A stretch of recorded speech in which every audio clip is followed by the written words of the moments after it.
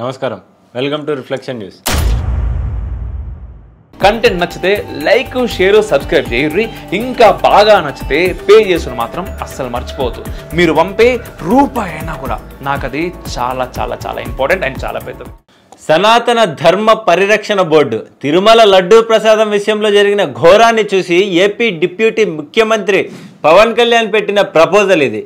భారతదేశంలో ఎన్నో మతాలు ఉన్నాయి. వాటన్నింటినీ ప్రచారం చేసుకోవడానికి, రక్షించుకోవడానికి రకరకాల సంస్థలు, బోర్డులు ఉన్నాయి. దేశంలో అతిపెద్ద మతమైన సనాతన ధర్మానికి మాత్రం అధికారికంగా ఎలాంటి ప్రచార సంస్థలు, పరిరక్షణ బోర్డులు లేవు.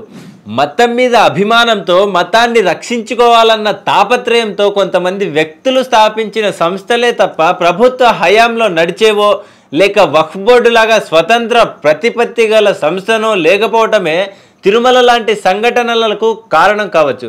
ఇస్లాం మతానికి వ్యతిరేకంగా ఎవరైనా మాట్లాడితే వెంటనే వారిపై ఫత్వా జారీ అవుతుంది. చివరికి ముస్లింలైనా సరే ఇస్లాంకు వ్యతిరేకంగా మాట్లాడితే నానా రకాలుగా శిక్ష అనుభవించాల్సి వస్తుంది. మన బాలీవుడ్ సెలబ్రిటీల లాగా గణేష్ చతుర్థిలో పాల్గొన్నందుకు బాలీవుడ్ హీరోలు సల్మాన్ ఖాన్, షారుఖ్ ఖాన్, అమీర్ ఖాన్ లాంటి వాళ్లకు సోషల్ మీడియాలో వేధింపులు, సొసైటీలో బెదిరింపులు, ముస్లిం బోర్డుల నుంచి హెచ్చరికలు ఉంటాయి. కానీ సనాతన ధర్మానికి వ్యతిరేకంగా మాట్లాడితే ఇలాంటివేవి ఉండవు. ఆ విషయంలో విపరీతమైన స్వేచ్ఛ మన దేశంలో. మరి అలాంటప్పుడు హిందుత్వం మీద దాడి జరగకుండా ఎలా ఉంటుంది? గణేష్ మండపాలపై రాళ్ళు విసరటం, హనుమాన్ ర్యాలీపై దాడి చేయటం, ఆలయాలు ధ్వంసం చేయటం, ఇవి మన కళ్ళ ముందే హిందుత్వంపై జరుగుతున్న దాడులు. ఇక తిరుమల లడ్డూ స్కామ్ లాంటివి మన కళ్ళకు కనిపించకుండా జరుగుతున్న దాడి. భయపెట్టేవాడే ఉంటే సనాతన ధర్మాన్ని నిర్మూలిస్తానని ఒక క్రిస్టియన్ మంత్రి అనగలడా? భయపెట్టేవాడే ఉంటే అయోధ్య శ్రీరాముడిపై ఓ జాతీయ పార్టీ నాయకుడు పిచ్చి కూతలు కూయగలడా?